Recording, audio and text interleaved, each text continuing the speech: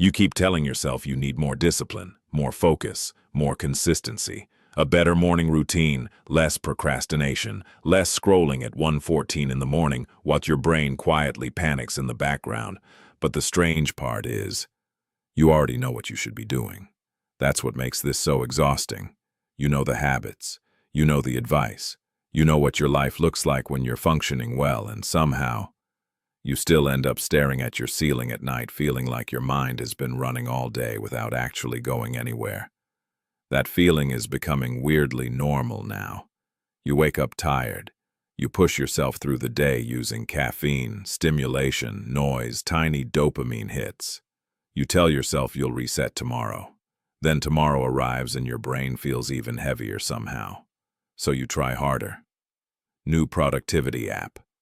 Another YouTube video, a cleaner to-do list, a 6-hour obsession with fixing your life. And for a few hours it feels like you're changing, until the energy disappears again. And this is where most people start blaming themselves.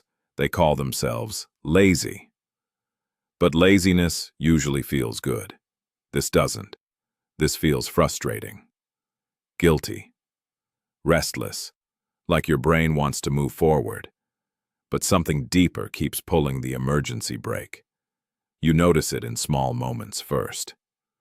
Opening your phone without thinking, switching between apps even though nothing feels interesting. Watching other people improve while you mentally negotiate with yourself about doing basic things. You sit down to work, and your mind immediately looks for escape routes. Suddenly your room matters, your notifications matter, the perfect playlist matters. Your brain becomes obsessed with preparation instead of action. At first, this feels harmless. But here's what nobody realizes. Your brain is adapting to fragmentation. Every late night, every overstimulated evening, every "I'll sleep after one more video." You think you're borrowing energy from tomorrow. You're not. You're borrowing clarity. And eventually, your mind stops trusting you. That sounds dramatic until you notice how often you break tiny agreements with yourself. You said you'd sleep early. You didn't. You said you'd focus for an hour. You checked your phone 12 minutes in. You said this week would be different. Then Wednesday happened. Again. Most people think discipline is built through intensity. It usually isn't. It's built through evidence. Your brain watches your behavior constantly. Not your intentions. Not your motivational speeches at midnight, your actual patterns. And when those patterns become inconsistent, your mind starts operating differently. You wake up already mentally behind.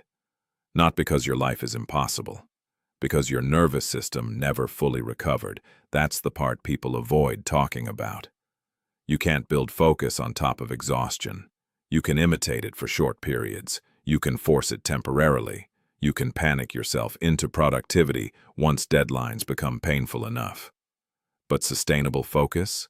That requires a brain that feels safe enough to stay still. And most people don't realize how overstimulated they've become until silence starts feeling uncomfortable. Notice what happens when you try to do nothing for 5 minutes. No music, no scrolling, no second screen. Just you. Your brain immediately starts searching for stimulation, like a hand reaching for light in a dark room. That isn't weakness. That's conditioning. And this changes everything, because now the problem isn't, how do I become disciplined? Now the question becomes, why does your mind resist being present in the first place? That question gets uncomfortable fast, because sometimes the constant stimulation isn't entertainment. It's avoidance. Avoidance of uncertainty, avoidance of pressure, avoidance of the quiet feeling that maybe you're capable of more than the life you're currently tolerating. So instead, the brain stays busy. Not productive, busy. There's a difference. One moves your life forward, the other protects you from thinking too deeply about why you feel stuck. And the scary part is, modern life rewards this behavior constantly. You can look productive without progressing at all. You can spend hours optimizing your routine instead of living it.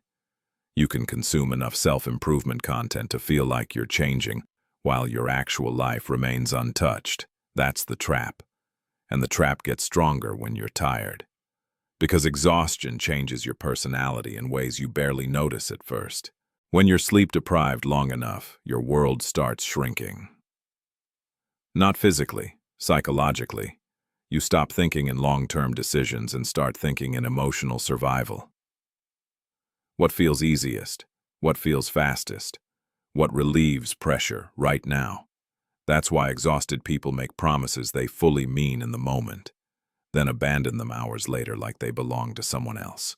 Because in a way they did. The version of you awake at 11 p.m. is not the same version waking up 6 hours later, already overstimulated and mentally foggy. And you feel this split constantly. One version of you wants structure, another version wants relief. One wants to build a future, the other wants the day to stop hurting your brain. And eventually this creates a quiet kind of self-distrust. Not dramatic self-hatred, something more subtle. You stop fully believing yourself. You notice it in tiny moments. You say, "I'll start tomorrow." And somewhere deep in your mind, there's immediate skepticism. Because your brain has heard this speech before. Too many times. That's why motivation keeps failing people. Motivation depends heavily on emotional state. Sleep affects emotional state more than almost anything. But people keep treating sleep like a reward instead of infrastructure, like it's optional. Like the brain can endlessly absorb stimulation, stress, blue light, comparison, noise, pressure, caffeine, anxiety, and still produce clarity on command the next morning. It can't. And this is where things start falling apart quietly. Not through dramatic collapse, through subtle erosion. You become more reactive, more distracted, more emotionally sensitive. Tasks that once felt manageable start feeling weirdly heavy. You reread the same sentence 3 times. You open your laptop and instantly feel resistance. Your attention span becomes fragile. Even small inconveniences start draining you. And because this happens gradually, you assume it's your personality. You start saying things like, "Maybe I'm just not disciplined." But here's the uncomfortable truth. A large percentage of what people call laziness is cognitive exhaustion, mixed with emotional avoidance. That's why people can scroll for 2 hours, but struggle to focus for 20 minutes. Scrolling doesn't require psychological friction. Focus does. Focus forces you into contact with yourself, your thoughts, your insecurities, your unfinished responsibilities, the gap between who you are and who you keep imagining becoming someday. That gap becomes painful when you're mentally exhausted. So the brain escapes. Again. And the scary thing is, modern technology is unbelievably good at helping you avoid yourself. Every swipe interrupts self-awareness. Every notification rescues you from silence. Every short burst of stimulation temporarily removes discomfort without actually resolving it. Which means your brain never fully resets. Even during rest, it's still consuming, still reacting, still processing. You're technically relaxing, while your nervous system stays activated for hours. And then people wonder why they wake up tired after spending the night doing nothing. Because your brain wasn't doing nothing. It was surviving overload. But the strange part is, most people don't realize how bad it's gotten until they experience genuine mental clarity again. Maybe after a good night of sleep. Maybe during a quiet morning. Maybe on vacation, when the constant noise finally stops. Suddenly your thoughts feel slower, cleaner, less chaotic. And for a moment, you remember what your mind feels like without constant internal static.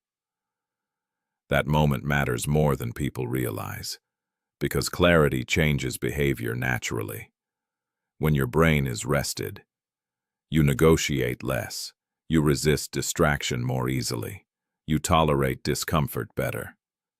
You stop needing constant stimulation every 6 seconds.